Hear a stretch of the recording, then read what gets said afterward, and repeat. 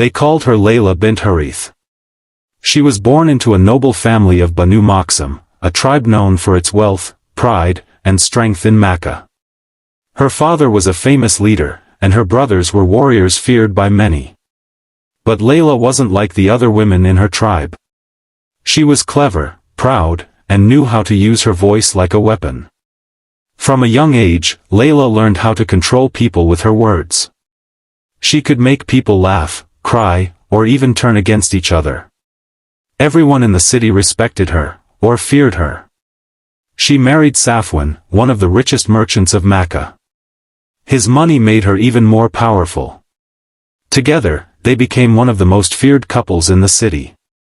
But one day, something happened that changed everything. A man from the tribe of Hashim, Yunus bin Abdullah, stood up in the market and said something no one had ever said before. "I have been sent by Allah. I am his messenger." Layla was there that day. At first, she laughed. She thought it was a joke. But as the days passed, more and more people began to follow Yunus. Poor men, slaves, women, even some leaders started to listen to his message. He spoke about one God, about justice, about helping the weak. Layla didn't care about truth. She cared about power. And she could feel her power slipping.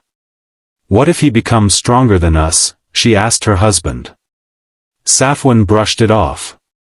"It will end soon. No one will follow him." But it didn't end. It grew. And Layla's heart grew darker with hatred. She began a silent war. She would walk through the markets whispering, "Yunus is mad.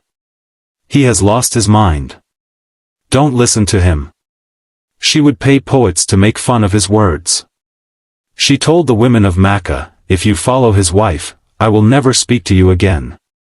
She did everything she could to kill the message before it could grow. But the message of Yunus was like light. No matter how hard she tried, it kept shining. One night, as she sat in her garden, she asked her slave girl, "Did you hear? Even my cousin has joined him. My own blood." Her voice was shaking. Not with sadness, but with rage.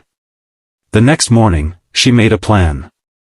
She sent a group of women to the home of Yunus's wife, Saliha, a kind, patient woman who was loved by many. The women shouted insults, threw dust, and warned others not to visit her again. But Saliha didn't respond. She only smiled and prayed. This made Layla even more furious. She began placing thorns on the road where Yunus walked. She poured filth near his door. She spread lies that he was trying to break families and destroy the city. Still, the followers of Yunus grew. Layla's pride was wounded. She began losing friends, influence, and even her husband started to fear what people would say.